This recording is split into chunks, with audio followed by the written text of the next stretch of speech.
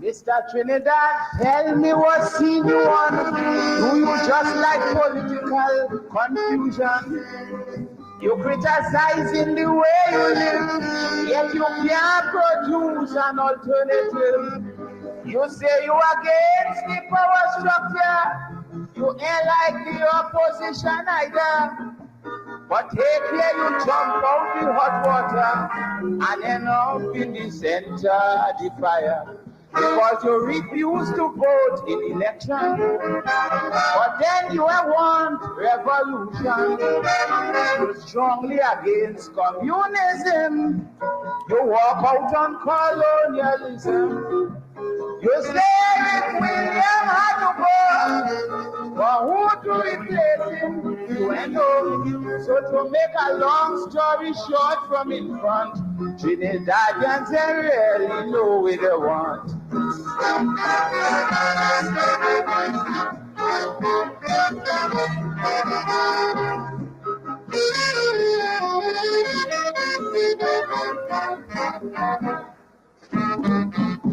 My friend, if you don't want democracy, the opposite is guerrilla activity.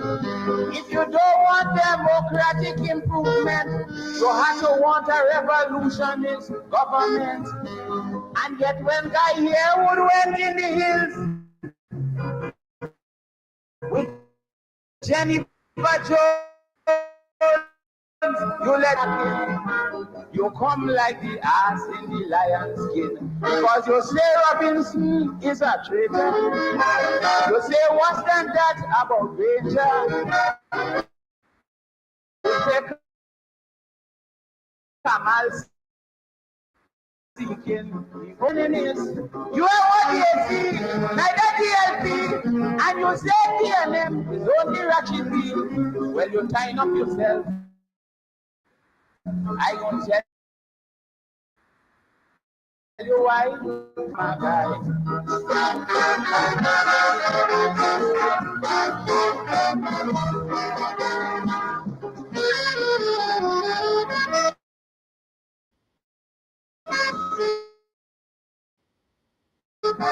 Trinidadian talking black power. It's not wrong for a man to love his culture. Yes, you walk around with your Afro flag.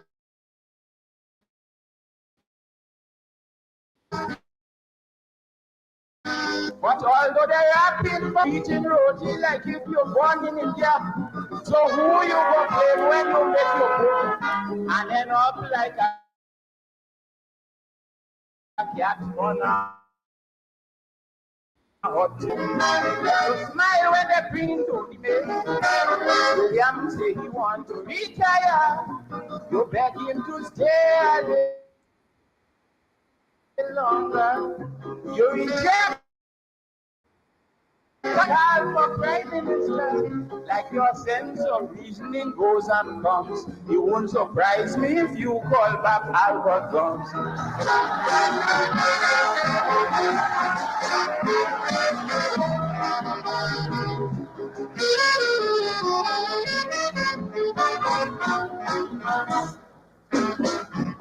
You say that you didn't want your dictator, yet one fella to reign forever. Aborted Malik, you say he guilty. Pharmacy slave, yet you set him free. Long ago you didn't want Fidel Castro, but now you say the same Castro is a hero. Head up the wall eventually. Because you say Butler was too high-handed. Marriage uneducated. You say that we can't trust Jamada. You find Sukayan to Konkosa. You say the accent is on the young man, yet you run and call back Ashford Singh. But you won't call back until you this later.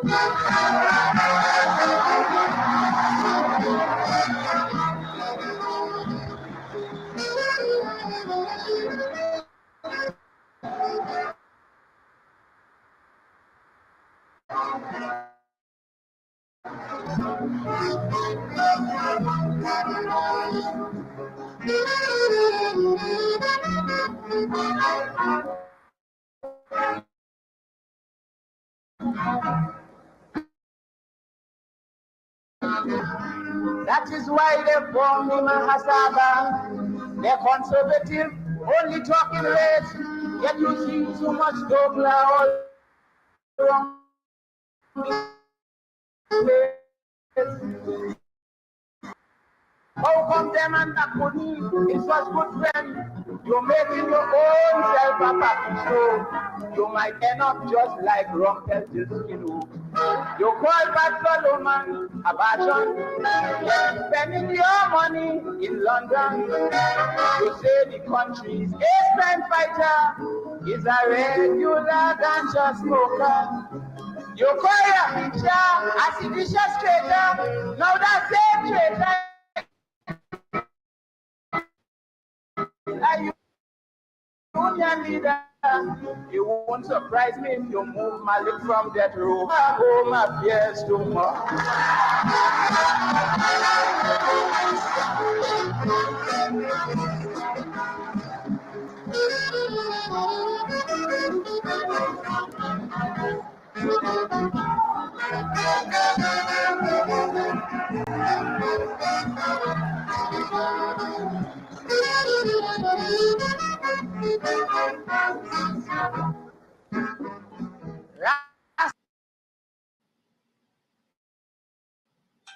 Trinidadian, walking, talking peace.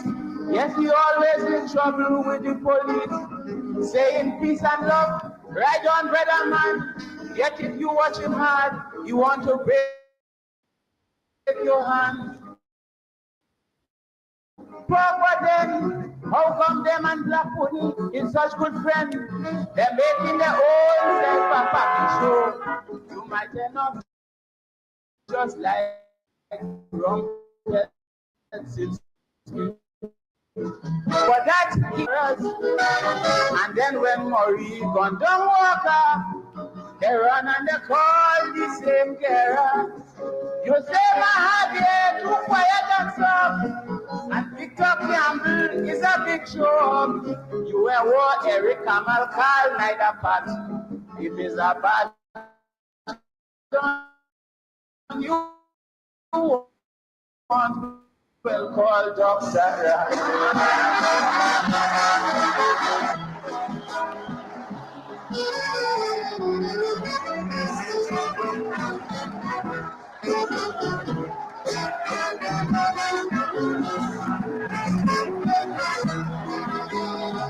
It is guerrilla activity. Me was do you just like political confusion? You criticizing the way you live, yet you can't produce an alternative. You say you against the power structure.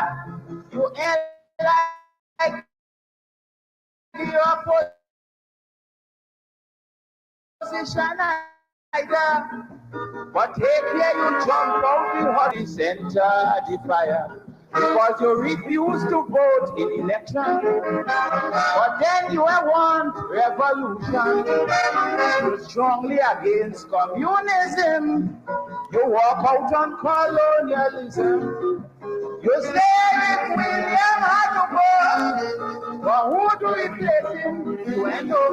So to make a long story short from in front, Trinidadians they really know what they want.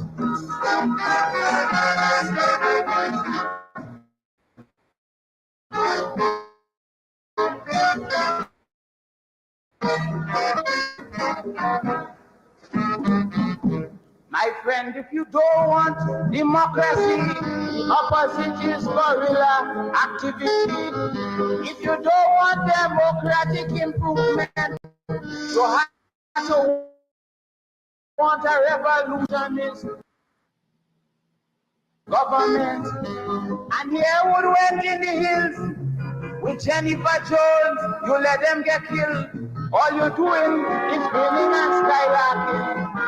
You come like the ass in the lion's skin. Because you say Robinson is a traitor. You say what's that about Ranger? You say Kamal Marxist Leninist. You are ODAC, neither DLP, and you say TNM is only ratchet beam. Well, you tying up yourself. I gonna tell you why. Trinidadians just like plenty mama guys.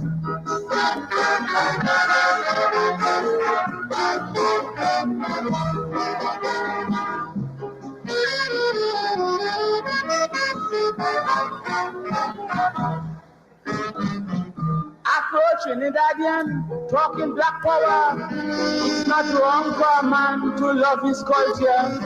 Yes, you walk around.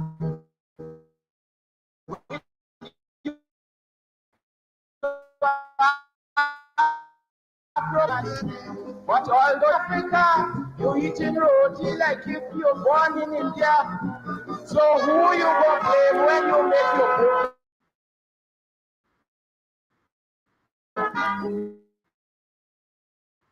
And end up like a cat on a hot tin roof. You smile when they bring in Tony May. William say he want to retire. You beg him to stay a little longer. You reject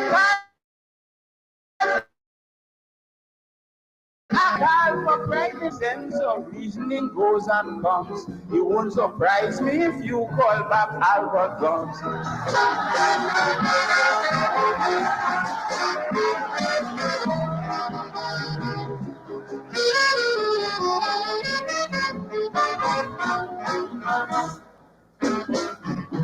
You say that you didn't want no dictator. You want one fella to reign forever. Abbott Malik, you say he's guilty. Parmasani the same, yet you set him free. Long ago you didn't want Fidel Castro, but now you say the same Castro is a hero. Well, this attitude, like Humpty Dumpty, you might fall off the wall eventually. Because you say Butler was too high-handed, even Maraj uneducated. You say that we can't trust Jamada. You find Sukaran to Konkosa. You say the accent is on the young man, yet you run and call back Ashford Sinanan. But you won't call back until you call disaster, like the colonial days of the slave master.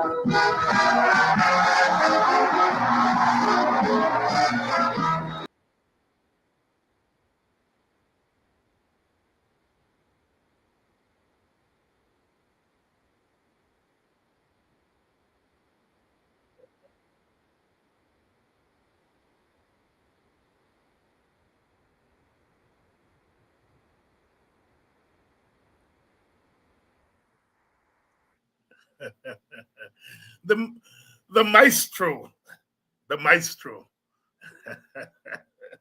Mr. Trinidadian. You can say Mr. Guyanese. You don't know what you really want. A calypso of self-criticism.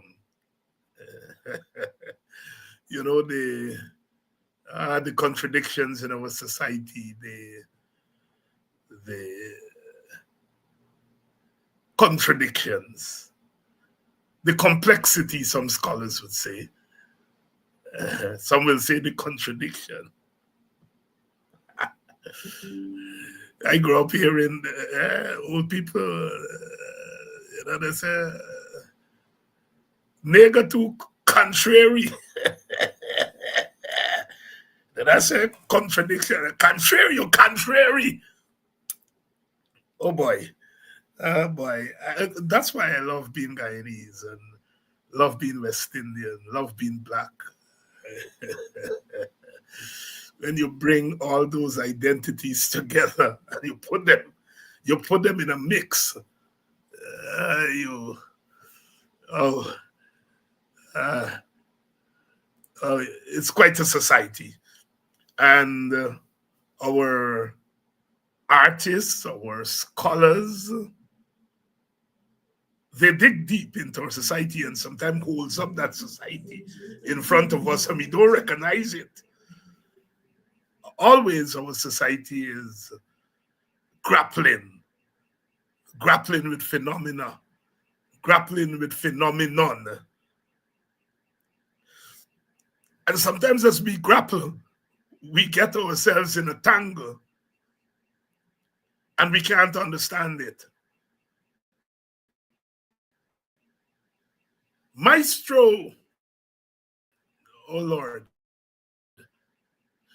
he is one of the early proponents of soca, the soul of calypso, which is really a merging of traditional calypso and the Indian beat becomes soul of calypso and became known as soca. The inventor of soca, of course, is Lord Shorty Eye, later became Ras Shorty Eye. And it was in the mid-1970s that people like Maestro and Shorty and so on began to experiment with this new beat, which became known as soca. Really to merge the African beat and Indian beat. Maestro and Ras Shorty Eye, they were from the south of Trinidad and they live among East Indians. And so if you listen to the kind of music that comes out of the south of Trinidad, it's unique and it kind of reflects the ethnic mix in that part of Trinidad. And it's from there that what we now know as soca, which is really, like I said, a quickening of the beat. Calypso tended to be slower because the accent in calypso is on the message. The message, just as reggae. Before reggae, there was ska. Ska was fast, and it was mostly instrumental. The emphasis was really on the instrument rather than on the lyrics. And then ska gave way to rocksteady. Rocksteady lasted for 18 months. And rocksteady was really the slowing down of the beat of ska. And the accent was on the lyrics. And the lyrics was, boy meets girl. Those of you who remember rocksteady, was a lot of R&B music that they were do-overs in Jamaica, and then they started to put their own lyrics to it. But it was slowing down of the beat, and the accent moving from the instruments to the lyrics. And then rocksteady gave way to reggae, and reggae slowed down the beat even more, and then the accent was in the lyrics. So we saw the same thing in calypso. In calypso, the accent was on the lyrics, and then as it merged into soca, there was now a faster beat. So as reggae was slowing down, calypso was speeding up. Really lovely. It's wonderful to be Caribbean, to be Guyanese, and I can say I've been lucky. I've had a chance to study our society, to make sense of it. And 40 odd years of that is not 40 odd days. And as you get deeper into the root of the society, you really discover the vast array of wisdom that cometh forth from among ordinary people. And that what people like myself do, scholars and artists and so on, is really, Quayana puts it so wonderful. He said the artist and the scholar, by extension, it is like a gardener with a watering can. you know, he waters the people's experiences, taking the people's experiences, refine them into song, into dance, into poetry, into prose, into books, and giving them back to the people as a form of cultural and political nourishment. That's how Kwayana describes the role of the artist, the role of the scholar by extension. And so our artists, for example, are constantly, as I said before, taking our own experience and putting it up in front of us. And sometimes we are shocked at what we see. Sometimes we are shocked at what we see. Guyana, our country, is really experiencing some of that. You know, I was speaking to one of my classmates recently, and I was making the point that we went into high school in 1970. 1970. This is 4 years after independence, 2 years after the Rodney riots in Jamaica, which gave rise to the Black Power movement, 2 years after reggae was born. And so we are going into high school, and we are being taught by teachers who are wearing afro. We are being taught by teachers who are products of the 1960s. They're going to school in the 1960s. They're going to training college in the 1960s. They're a product of all of that ferment of revolution and Black power and all of that thing, independence. Oh, we welcome independence to Guyana. I remember that as a child. What a wonderful moment. And so we are being taught by teachers who are products of the 60s as we are entering high school in the 1970s. And we are not learning Shakespeare. We are learning Samuel Zelvon and Andrew Salkey and Vivian Naipaul and Edgar Metterholzer and Martin Carter. Oh, this is the dark time, my love. All round the land, brown beetles crawl about. The shining sun is hidden in the sky. Red flowers bend their heads in awful sorrow. This is the dark time, my love. It's a season of oppression, dark metal, and tears. You know, Martin Carter is really describing the invasion of Guyana in 1953 in that poem, This is the Dark Time, My Love. And when you heard that first, you're thinking this is a love story.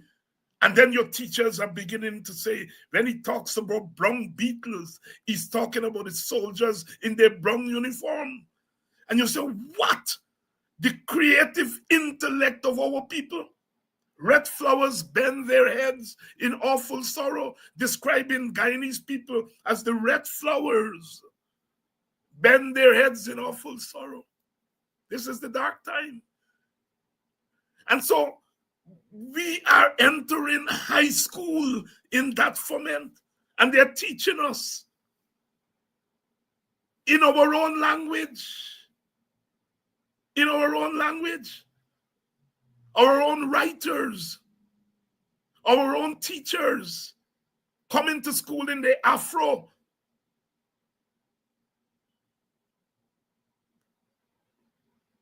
And by 1973, Bob Marley comes onto the scene. Man to man is so unjust. Children, you don't know who to trust. Taking His Majesty Haile Selassie's United Nations speech and turning it into song. War in the East, war in the West. Until the ignoble and unhappy regime.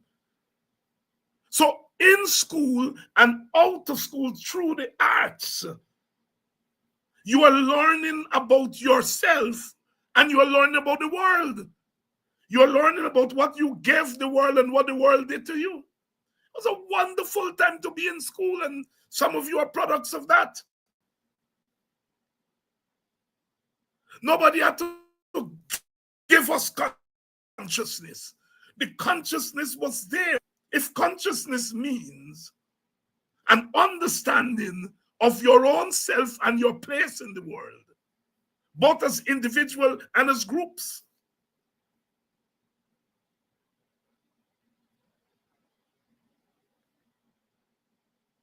It was a wonderful time to be socialized. Anti-imperialism, and Bob Marley said, Rastaman no work for no CIA. What CIA? We had never heard of CIA. And we are hearing it from Bob Marley. We didn't have to read it in a book. Informal education.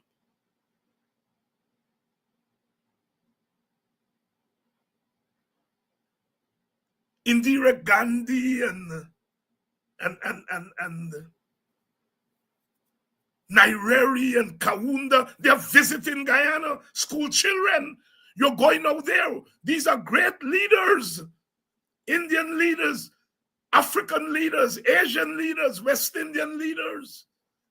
You're seeing them with your naked eye. You're learning about the connection of Guyana to Africa, the connection of Guyana to India and China and Portugal. Consciousness is raining down.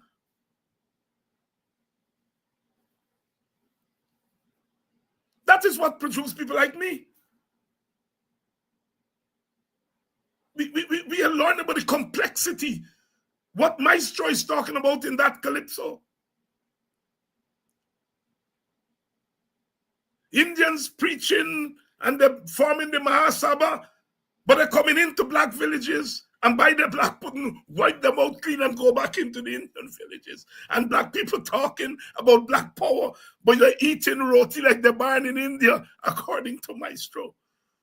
Grappling all the time with our reality. And it is that grappling that has produced generations.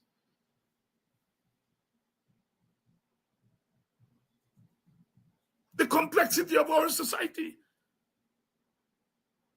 And then we come today, and our young people are grappling with today's society. But there's no Bob Marley. There's no Bob Marley who's singing to them.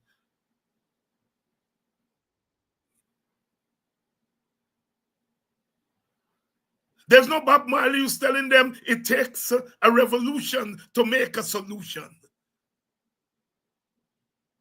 There's no Bob Marley who is saying to them, soon we'll find out who's the real revolutionary because I don't want my people to be contrary. They're not seeing a Indira Gandhi. They're not seeing a Kenneth Kaunda and a Julius Nyerere. They're grappling with a world just as previous generations grappled, but it's a different world.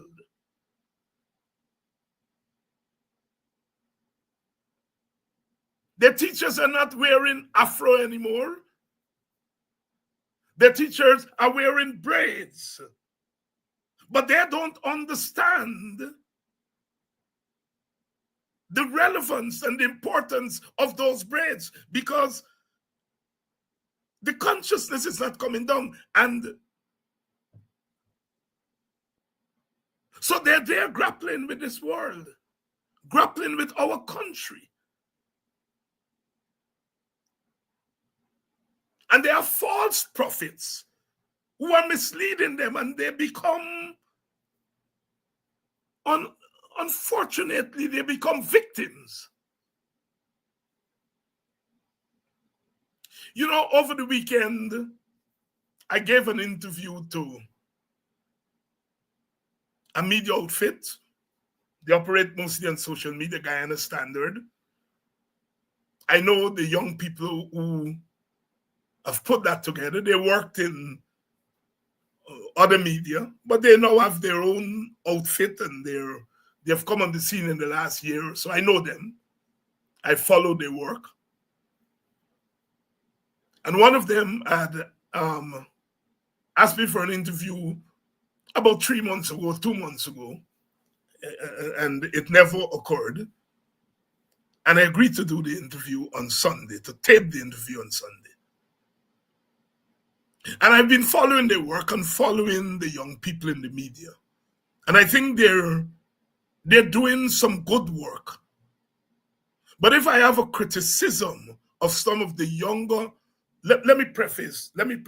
One, let me say what I want to say, something before I say what I want to say.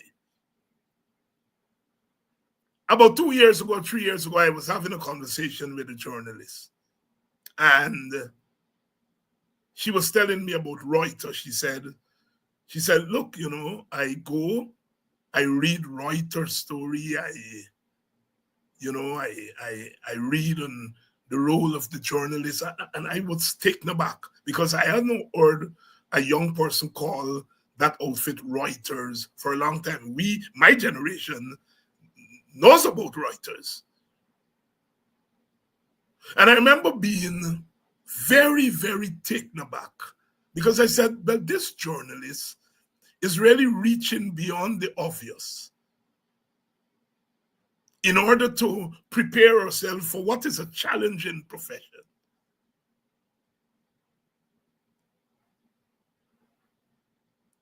And one of the things I think that is missing with our younger professionals is not enough appreciation for the arc of history. They're extremely brilliant people. Brilliant. But there seems to be almost a kind of ahistorical, a few years ago, I think it must have been about 13 years ago, I went to a Caribbean conference in Grenada. And of course, you're in Grenada, scholars are in Grenada, 800, 900 Caribbean scholars are there.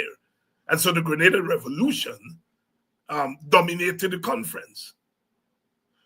And younger scholars in their 30s at that time were telling us it's the first time they hear about the Grenadian Revolution. The Grenadian Revolution was from 1979 to 83. This is about 30 years later, I think. It was 2012. And I was shocked. These are people with PhDs. They're teaching Caribbean studies. And they say, this is the first time they're hearing about this Grenada Revolution. And some of them had none of it. But it's the first time that they're really getting a deep analysis of it. And I remember being shocked. But as you get deeper, we live in a world. And these younger people, these younger gen are products of the world. They're not products of the world that shaped me and shaped many of us who are older. They're products of a world today. And they're being shaped by that. And there has been a relentless campaign by many forces in the world to erase history, to silence history. And unfortunately, young people are being socialized in that environment. You've always had people who would say, forget about history, forget about what happened in the past. That has always been there. But it's much more widespread now because there is an institutional push to silence history. And so our young people are becoming bright in a really dark environment. And so, like we who grapple, they are constantly grappling with the contradictions of their time. And so I teach young people. I've been doing that for 30-odd years. Most of them between 18 and 22 because they come out of high school, they go straight to college. So I have a sense of young people and the motion of young people. And I've always, whenever I see or hear young people, young professionals, young people in the villages grappling with what has become a very difficult world to figure out, I would have a quiet word with them, sometimes congratulating them, sometimes suggesting things to them. Because it's not easy trying to understand the world today. That context is not there. You know, when we were boys and girls, you all remember when we learned in spelling, they say spell Mississippi, spell Czechoslovakia. Those were hard words to spell. But in spelling Mississippi and Czechoslovakia, you are learning of Czechoslovakia, you are learning of Mississippi, that these are countries and so on and so forth.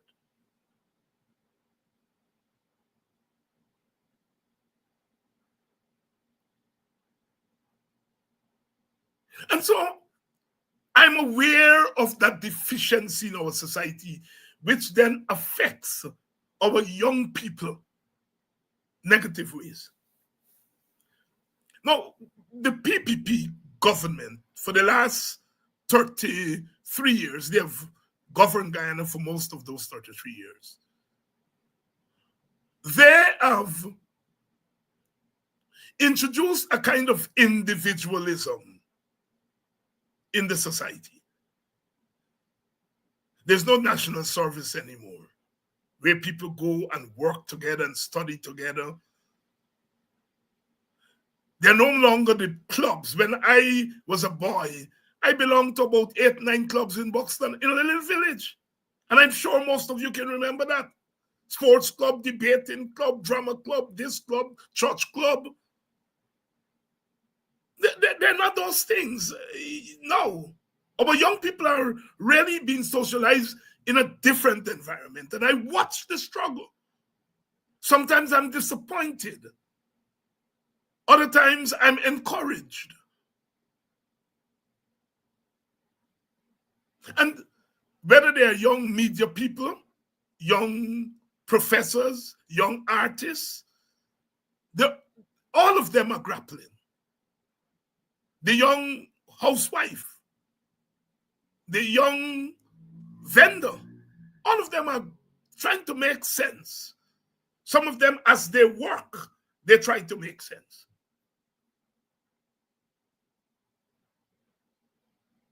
The confidence and attachment of the worker to the union is not the same as it was 30 years ago, 40 years ago.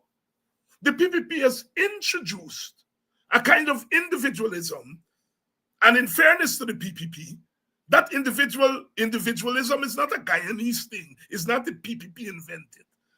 The PPP has embraced it. So solidarity and collectivism and so on, they're not part of the popular consciousness in the same way. I'm looking after myself. And so you have in this society where governments have always have a kind of clientelistic relationship with their people. By clientelistic, look, we are the employer, we are the powerhouse, you are our client. What we call clientelistic politics. It has always been there. But it has now gone to a different level. The PPP has set the government of Guyana up as the be-all, the end-all of everything. And they say, look, if you want to progress in this society, don't worry, no cooperatives. Don't worry with no neighborhood, nothing. Be a client. You come to us and we fix you up. Of course, there was not a ready embrace of it.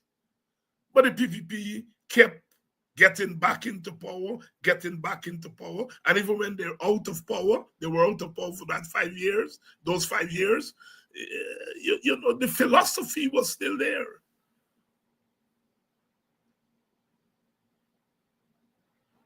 And so therefore, you watch young people today grappling with this phenomenon, whereby do I acquiesce to this notion that my salvation in life lies with me as an individual? Or do I listen to my parents who saying, stand up for your family and your community? And they're grappling with that. They're grappling with it.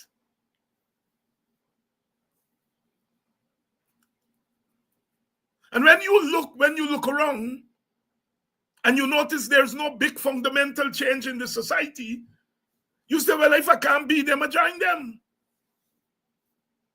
And you're doing so without the arc of history. You're doing so almost in an environment where you are forced, you're bullied to do so. I have never heard people, especially younger people, talk so much about my right, my right, my right, my right. And then you say, did you read the Constitution to know what your fundamental rights are? No. But yet you talk about my right, my right. Everything is my right. You do, you know, you slash your throat, you're right. You beat up somebody, you're right.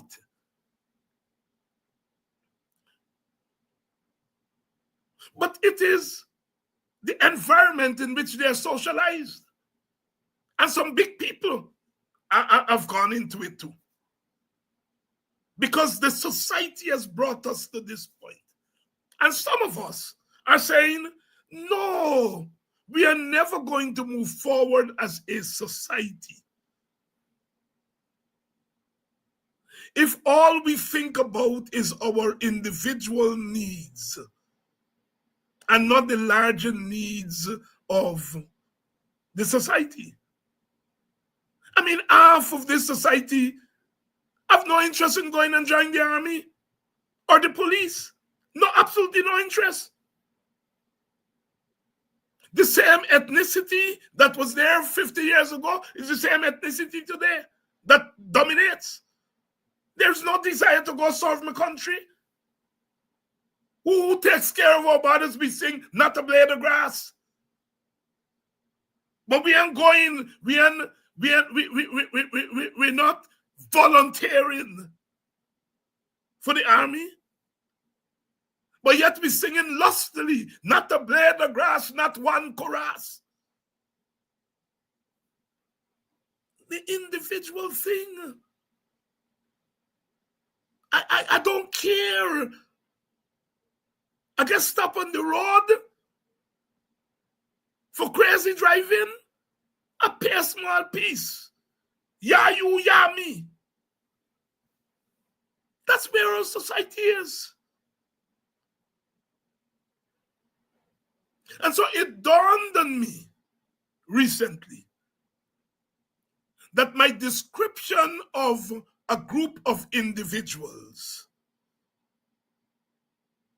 who recently joined the PPP, African Guyanese individuals, mostly younger people, and my criticism of them as betrayers. Not because they join, but because once they get over there, then you have to justify why you are there. You see, this is how race was invented. Let me divert a little bit, as you all know I like to do. You see, slavery started as a trade. The invention of technology, you know, the cotton gin, the, sugarcane mill, and you have technology. The Europeans came to to the Americas. They found native Indians here with land. The land was fertile. They take away the land from the native Indians. They developed technology. You don't have to have labor. They attempted to use native Indians as slave labor. And the church, which was very powerful at that time, said, no, you cannot use these people. You can't use them. And the church rationalized that the reason you can't use native Indians is that they have souls. They may not be white, but they're what Thomas Jefferson said, they're brown people. They're white people in brown skins. They're white people in brown skins. And so they couldn't bring Europeans because the church said, well, you can't have Europeans working for nothing because they have souls. And so the next thing was to go to West Africa, where the Portuguese and others had gone and seen these people there. And they always thought that these people were different. They weren't wearing clothes. They didn't reason that they were there in the tropics, where the sun at. While you all Europeans come from cold places, so you all got put on things for cover yourself. And they went to Africa and people were walking about, without clothes, and they weren't groping each other. And they couldn't understand it. So they always thought that these people were different. And so now, blocked from using Indians and from using white people, they just decide, look, we're going to go to Africa, and started with the slave trade. And they began to bring these Africans over. And the moral question was posed. Why these dark-skinned people? Why? Why not the white-skinned and brown-skinned people? Why these dark-skinned people? And the answer they gave was that these dark-skinned people are inferior. They don't have souls. And the church went along with it, the Catholic Church. They don't have souls. So we are justified. We are justified in enslaving them. And thus was born the notion of race, where skin color with meaning. If you're white skin mean that you are superior, you can't become a slave. Black skin mean that you're inferior, you could become a slave. And then it moved from religion to economics to the law. And here we are today. So this small group, who decide, look, we're going to join the PPP. But having gotten over there, they now have to justify why they're there. Why you are acting different from the vast majority of people who look like you.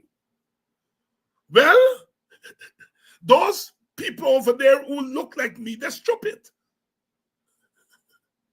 They're allowing themselves to be owned by the PNC. They're lazy. They don't like work. And if you come over this side and you hang out with Indians like work. And you begin to use these characterizations to differentiate you from the majority of your compatriots. Their leaders are worthless. They can't run nothing. I've come here. When I was over there with the PNC for years, I didn't feel welcome. And since I come over here, I feel welcome, because over there, they're not real people. So they're not welcoming. Over here is real people. I feel so welcomed. And they begin to create a narrative of them versus me. I am the philosopher king. The rest of them on the fringe. I don't read Carter G. Woodson. I don't read Walter Rodney. I'm not into that. Because they're writing about race. And I don't see race. I'm not blind, but I don't see skin color. This is the narrative. I don't see race. I don't. So you make your move. Good.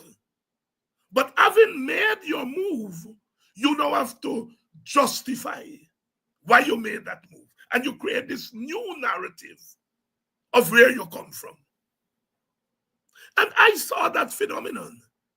And I wanted to clip it. And I used some choice language to describe such people. What I'm learning now recently is that there is a larger group of young Black professionals who have decided, look, I've been at study, I got a master's degree, and I ain't want to live like a pauper. And the PPP in there, they got the body, I'm going to play ball with them. I'm going to play ball with them in order to survive. So far, so good. But here is this chap, David Hines, who I respected. But he now saying people like me, them who gone over, he calling them LBs. Oh, shucks. It means that if I go over, he gonna call me LBs or LB. And so there has developed a frenzy in section of the young Black professional class about how it go look. I think it was a Calypsonian sing the song how it go look. Hey lad, I'm forgetting these days, senior moment. How it go look, How it go look. So they're thinking how it go look. Because the vast majority in the African Guyanese community are giving them hell. They may say that David Hines and others give them the ideology, and they're using the ideology and giving them hell.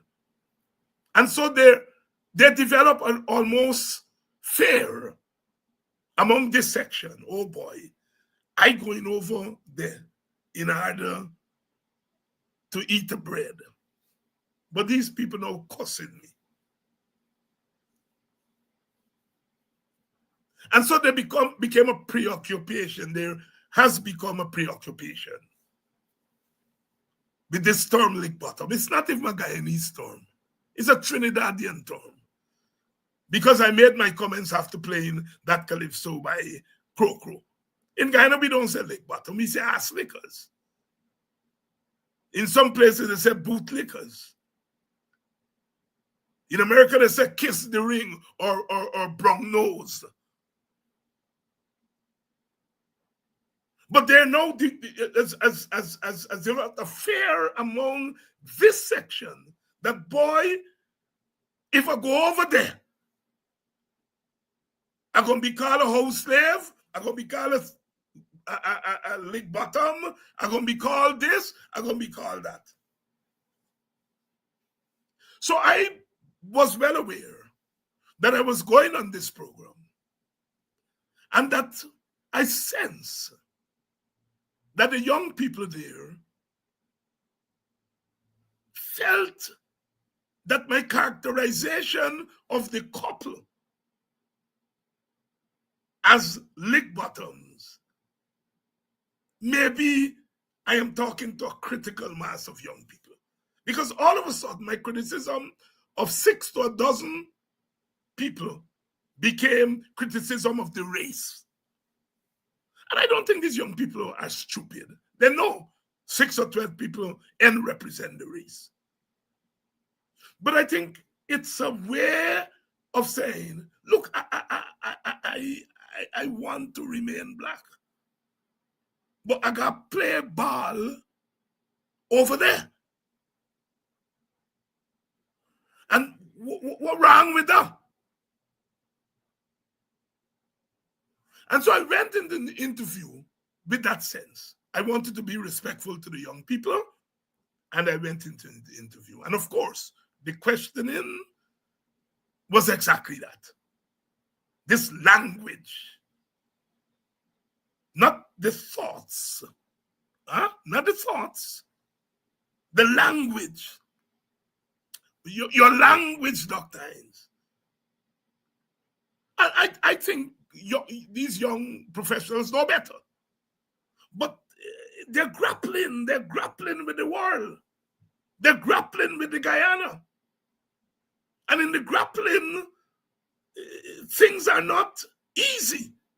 When you're grappling with something because it's complex.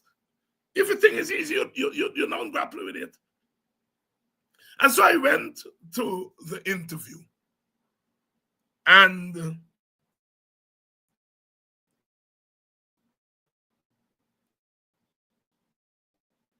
the very first question asked of me, I answered. And the question had to do with whether I'm a racist or not. And I answered that question.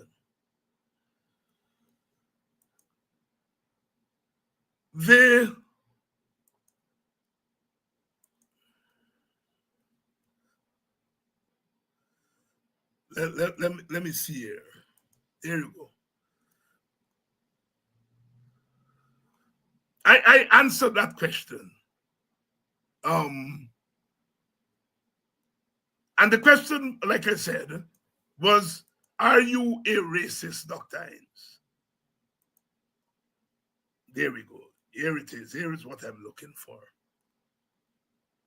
All right. Hines we see today. The same Hines. Walk me through your advocacy of that time and to the Hines we see today. The same Hines.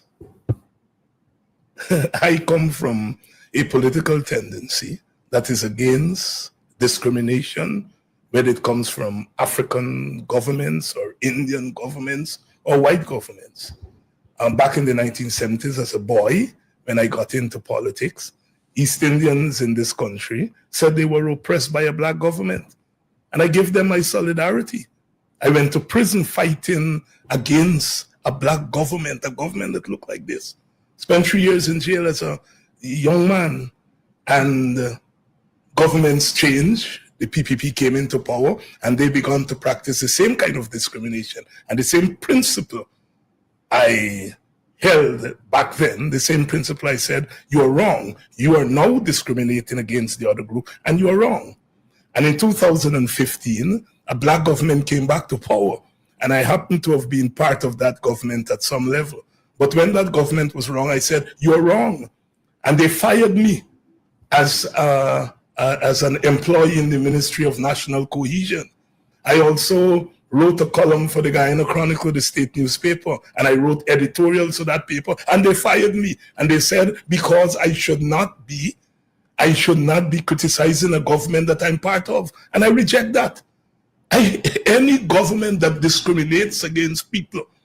And so the government from 2015 to 2020 came back and doing the same thing. This country has a history of governments of one race discriminating against the other race. I'm totally against that. So you're not seeing a new David Hines. It's the same principle.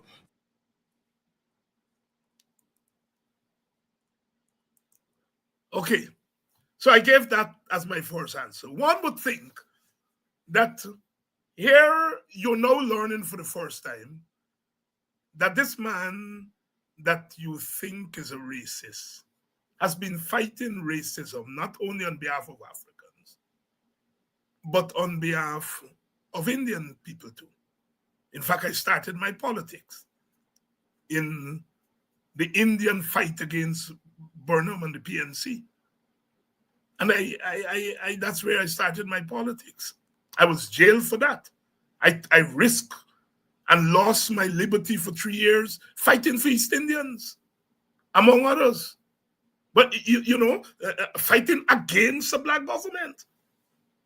And then the Indian government came to power, and I noticed that they're doing the same thing to black people, and I said, oh no. Oh no, no, no, no, no, no, no. You can't do that. And I fought them in the same way. 2015 to 2020, an African government came back to power. I was a low-level operative of that government.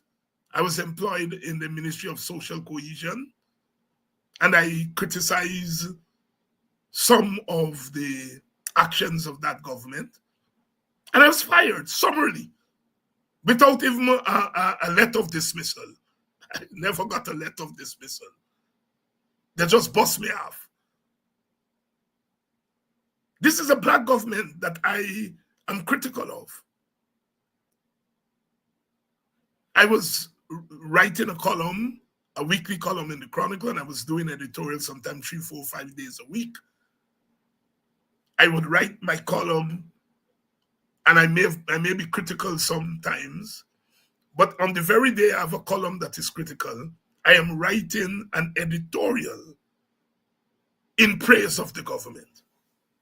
I was fired from the very top, very top. They say you can't be critical of a government that you're part of. It didn't matter to me. My philosophy is wrong. Whether it comes from black leaders or white leaders or brown leaders, wrong is wrong. That's my political tendency. So when the PPP came back to power, I said in the interview there, 2015 to 2020, I mean 2020 to 2025. When they came back with a vengeance against black people, I said, no. You up it, I'm going to up against you. The point is, that's my history. What I didn't say in that interview was that in 2002 to 2006, when gunmen were transported into my village, Buxton, and they began killing Indian people passing on the road, they're beating them, Indian people, I said, no, you're wrong. You're wrong. I put out a statement with Brother Yusi and Sister Ndaye. Sister Ndaye said, not in my name. And we joined her and said, no, you're not killing Indian people in my name. No, these are men with gun, killing people. Here I am risking my life on principle. Say, you cannot kill Indian people because they're Indian. You can't. I'm opposed to that. One night I was in the village and I was stopped by some of the gunmen. And they told me, well, look, we are aware of your history.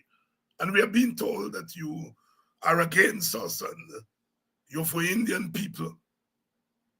But we know your history. So we want you to know that your life is not in danger. No, it could have been the other way around. They could have stopped me and said, we don't know your history. There are people who are telling us that you're against us and that you're pro-Indian, and they could have killed me right there. I am doing this for Indian people, putting my life on the line for a long time. A lot of people in the black establishment didn't talk to me. They felt that I should not have taken the side. I should not have stood up for Indian people because these gunmen in Buxton were fighting for black liberation. They didn't talk to me for a long, long time. And then having gone through that, to hear Indian people, you all on Facebook, you all hear the nasty things they write about me and say about me. Not the racist thing that bothers me, because that's ignorance. It's the monkey, the low life, and all these things that they call me. A man who gave his liberty and almost lost his life for them. Now, these young journalists could claim that they didn't know that. But when I gave them that answer, but not change your interview line and say, no, we should have researched and know that Dr. Haynes when he used that language, he used it in a particular context. No, the interview continued. But I understand. I could have said I wasn't going there, but I went there and I went through the interview. Because I don't think these young people are vicious to me. I think they're caught in a complex situation and they're trying to figure out how you deal with it. And maybe the way to deal with it is to have some simplistic things, some simplistic solutions. The interview was supposed to be in 40 minutes. It ended up going, I think, for an hour and 20 minutes. So they played the first part of the interview yesterday, I think. And they ended where the journalist asked me if we had just begun to discuss Azzuddin Mohammed and Win. And she asked me if I think an Indian man can represent the interests of Africa. And I began my answer by saying he will have to commit suicide. And then I went on to explain political suicide and what you have to do when you're committing political suicide. They ended the first part of the interview with the question, do you think an Indian man can represent the interests of Africans? And the preface of my answer, he will have to commit suicide. They ended there. Oh my God. Some people took that clip and put it on social media and said David Hines is saying that Azzuddin will have to kill himself. I then know some people are calling me, Dr. Hines, what's going on in this country? What is going on? You mean, if these people listen to the interview and they hear you say he will have to commit suicide, they must know it's political suicide you're talking about. But they also said the journalists were disingenuous. They should not have ended it there. They could have said, ended with the question and then say, we will start with Dr. Hines' answer in the next episode. But they hung that out there. And people said that I'm saying the man got killed himself. Well, first of all, I mourn the kind of ignorance. Because that is pure ignorance. But you know what? I have to qualify that. Because the vast majority of them did not listen to the interview. They listened to a 10-second clip. So you can't blame them. So people say you have to blame the journalists because they should know the fragility of what's happening over there. And they should not have ended the first part of the interview like that. No, that's a fair criticism. It's a fair criticism. I think they will have to learn that you don't do that. We have that social media thing. In social media, it is true, people don't read and listen to any half an hour, 2 hour, 1 hour. They read the headlines. They read the headlines. And I know that journalists, media houses want people to visit their site and visit their thing. And so, they use these provocative headlines and so on. I give and take with that. But it really shows where our society is. And I wonder every day what we can do to pull the society back and to give our young people more breath from which they make decisions. We have to figure it out. It's really a day. How can Guyana is an educated place. Yes, we are not in the formal education. We're not getting the results as we did 20, 30, 40 years ago. But the society is still an intelligent society. And when people can just take things literally. You know, you all heard me so many times telling some of the social media people, the influencers, you all gotta be careful, man. You all gotta educate yourself. You don't use words foolishly because people are listening to you. They're hearing you. You have to be contextual.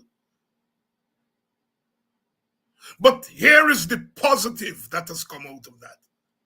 I have seen some champion young people on social media today who took the time to listen to the interview.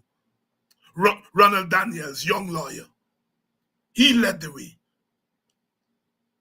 And I've read, people have sent some other comments by young people to me who said they listened to the interview. And as we would say in Ghana, it's a champion interview. Because I took the opportunity. I said, look, I might as well teach. And I took the opportunity to explain concepts, to explain what is race. I saw one young man, I think it's Antonio Day, it may not be him, who said, well, this is a case of accusing a man who has spent his life fighting racism as a racist. The young people, many of them are not aware of my history. They're not aware of my history.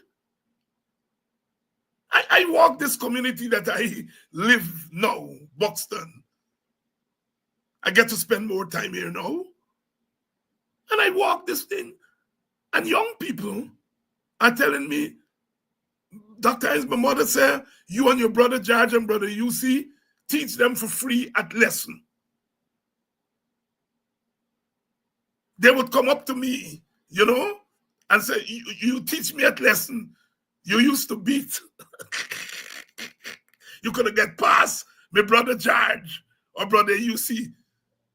But you used to beat when you be, and young people are, but their parents, because it's a village, when they see me on TV, the parents would tell them, that man you seen on TV there, he didn't born on TV. He born in this village, and he teach me.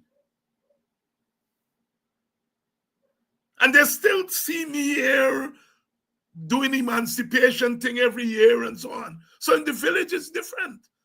But for the young people who don't live in the village, they are not aware of my history.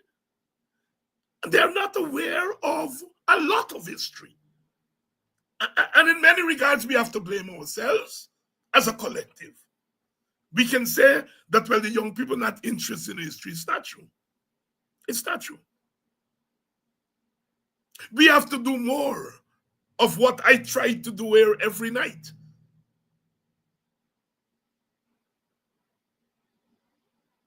Brother met me at the rally there at the Square Revolution, hugged me. He said, you know, I learned so much about myself that I don't know.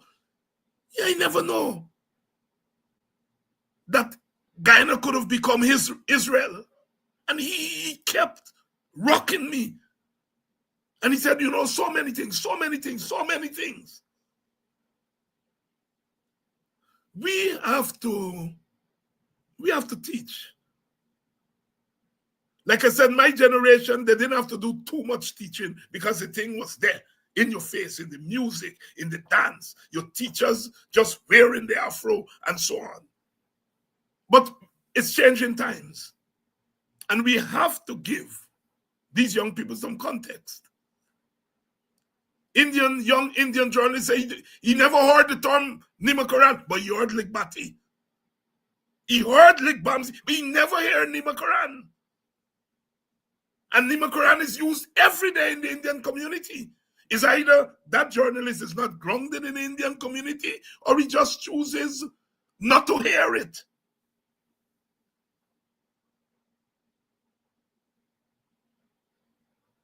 Another young journalist said, they never hear an Amerindian criticize his fellow Amerindian for leaving the group. Very innocent answer. I have never heard it. Very innocent answer, but it's an answer that is lauded. Because if you conclude that some races do not engage in self-criticism or engage in rebuke of those who deviate from the race, then you're saying it's an African thing. It's a backward thing, and it's only Africans do it. The logical conclusion is that they're backward people. Self-criticism of those who deviate from the group is human. Human. But I don't blame those young people for not knowing that. They can only know what we teach them. Or the young man, the young journalist who never heard the term Nimakaran, he's Indian. Is either he's not living among Indians or he chooses not to hear it. Because the narrative is only black people who criticize their own for denouncing the race. And so you have a generation of people who may be growing up thinking that, when it's absolutely not true. We all know that Nimakaran in Hindi is the worst cuss word.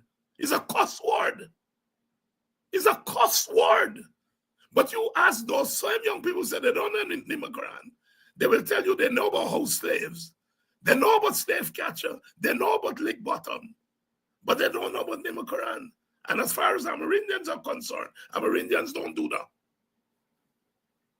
It's really a bad state. And again, I'm not criticizing the young people because the education system has failed them, both the formal education system and the informal education system. And so they form conclusions about society based on a limited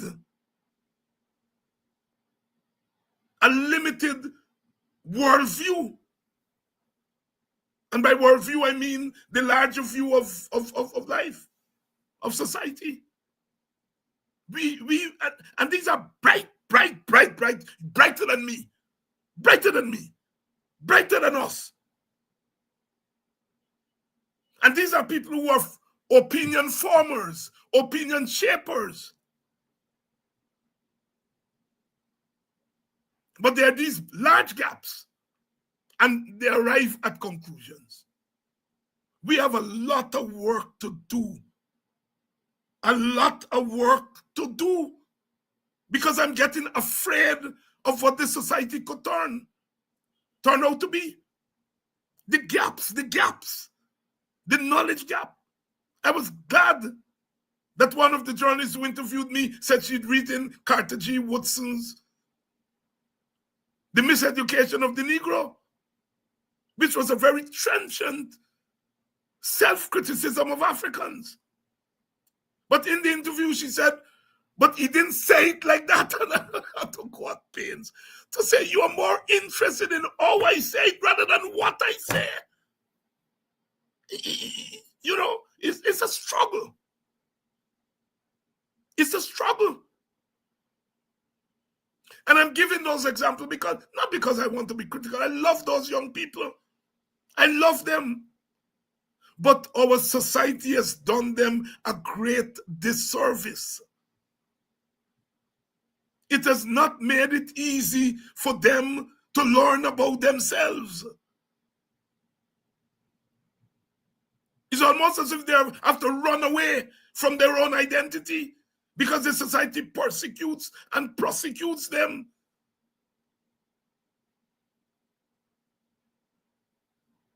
We're really in a bad way. Very bad way. But we can't give up. We cannot give up. because there are other people who are pushing them, because they want to control the society economically. And in order to control the society economically, you have to get rid of what you see as obstacle. And the conscious African is an obstacle to racism, is an obstacle to economic domination. It's an obstacle to supremacy.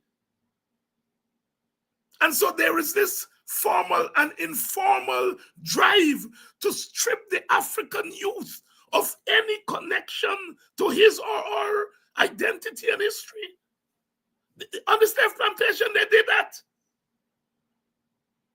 They tried to erase Africa from the enslaved. They weren't too sensible because they're killing people by the time they're 20, 30, 25. And they have to bring new enslaved people. And as they bring enslaved people, the enslaved people are bringing Africa within. And so historical memory was there on the plantation. Or in Haiti after the 1804 revolution, they basically shut off Haiti from the rest of the world. And so what happened in Haiti is that you had the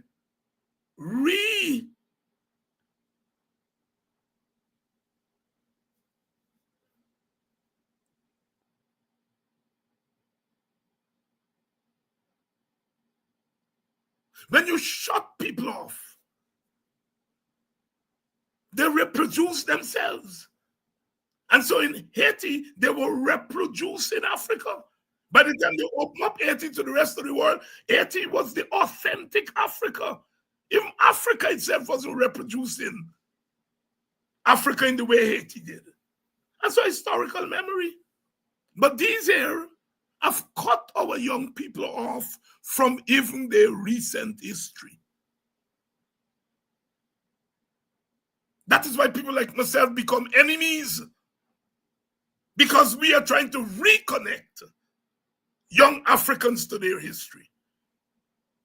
And they see that as a fly in the ointment, because when you cut people off from their history, you're cutting them off from their identity and their reason for being. And again, they're going to take clips, small clips of what I say tonight. But you all are here. I am not blaming those young people. I love them. I you know, that's why I call the program tonight, Teach the Children. Teach the children. My daughter, my daughter texted me today and she said, everybody's looking for their 15 minutes of fame. Here they go again, misrepresenting what you said. And I can feel the pain because my children have had to live with this all their lives. And I can feel the pain in my daughter, the pain in what she wrote there. Of course, she knows me as a father, as an individual, and she knows that I'm not racist and all of that. But you can feel the pain. Here they go again. It's as if this society is intent on destroying the African man or woman who does not allow himself or herself to be used against their own group. I understand young people who want to play ball with the PPP. I understand that. And people must, if they want to do that, go do it. But if you recognize their contradictions in such action, then you have to figure out your own self-defense. And your self-defense can be to crucify somebody who's trying to give some sense to the society, the community. If you want to go, go. If you recognize their consequences to go in, then battle your own canoe. Develop your own way of defending yourself. I hereby declare on Politics 101 that I'm resigning from the opposition and I'm going over to the PPP. Big headline tomorrow papers. What is a Nancy story? It's a Nancy story. If I decide that I go join the PPP after long history of the kind of activism, and I know the world coming down tomorrow.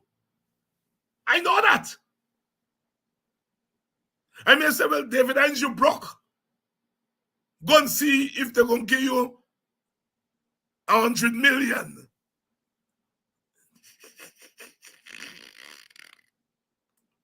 And then the next time they may say, you're going to get 100 million. But half of the society will come down on you and say, shame on you, Dr. Hines. And they will persecute and prosecute you to the end of time. I can't make a choice. 100 million on the prosecution. You know, you can't want to swim against the tide and want to be treated as though you're swimming with the tide. Life don't work like that. If you could have gone and lived normal, yeah. But you know, once you get there, you know, got to change your mouth or turn your mouth the next way.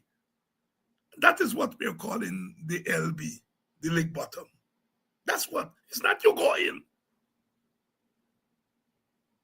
As I said in that interview, I have to take people at face value. I never hear Ernest Walls run. Talk dumb black people. Oh, they're lazy. And I never hear the lady say it. I never hear Tandai behave that way. I don't know these Dalrymple Boy and Griffith. I don't know them. But I never hear them talk down black people. So they do not fall in the category of LBs. My friend Pelori Joe, as you all know, talk down black people. So Pelori, the students will, if I ask the students, give me 3 examples, you might get in the Pelori. It is not being in the PPP. It's not being in the PPP and then you take your eyes past black people. Yeah. So it's not black people in the PPP who are the LBs. It's black people who of recent vintage who go over to the PPP and then overcompensate. Have to justify and explain why they're over there. And have to say, me I like them. Them now over there who supporting APNO and the PNC. Them different.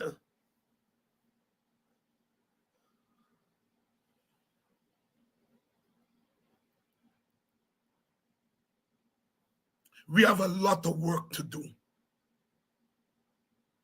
We are still asking the question of what happened on September 1st. As far as the African vote is concerned. Now, it's just a vote. A vote is a political action. It's not a cultural action, but it's a political action that could have cultural consequences. But we still have to find out what happened. Why our Indian young people didn't do as their African counterparts. All them just party now in Georgetown together. All of them just hang out together. Because as I said in the interview, black people and Indian people are not historical enemies. They never enslave each other. They're not historical enemies. They're not social enemies that just hang out together, go to school together, drink up together, date one another, they're not social enemies. Black people just play Pagua and thing. One Indian just dress up in a dashiki on Emancipation Day. They are right. It's at the political level that our hostility to each other is manifested. And that is so because in a winner-take-all system, only one group could govern. And each group is going to compete with each other to maximize. Each group is going to maximize its chances of winning. And our Indo-Guyanese brothers and sisters figure out, wrongly or rightly, take your pick, they figure out that if we vote together, we maximize our chances of winning and getting into power. African people, most of the time, African people think the same way. In this case, in 2025, they decided to dilute that vote. And I'm sure they were reasoning that in doing so, we are maximizing our chances of winning. As it turned out, they badly miscalculated. Or maybe they didn't even want to win. But the thing is to think that they're stupid, because if you're in a contest, you want to win.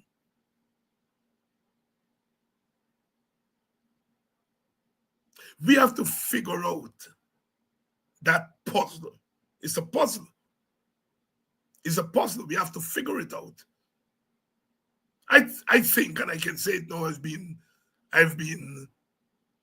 putting off saying it. I don't think this thing is sustainable. I don't think the win thing is sustainable.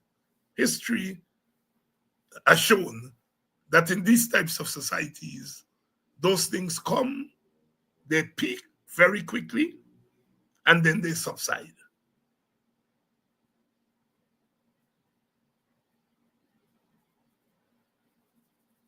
We could have been making a different reasoning if, in addition to the 80,000 Africans or so that voted win, if you had 80,000 Indians who voted win, then we would have been talking differently.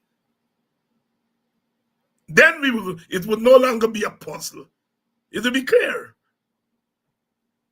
But it has never happened in these kinds of societies. As I pointed out, 1953 was the last time Indians and Africans voted for the same political entity.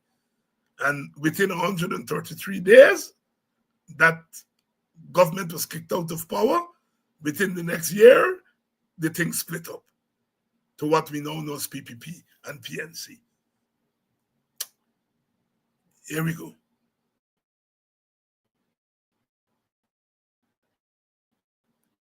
Another day, we're going to overcome. We're going to overcome. We're going to overcome. We have to. We don't have any choice. We have to teach the children. If at the risk of being criticized, we have to fill the gaps. See you all tomorrow night.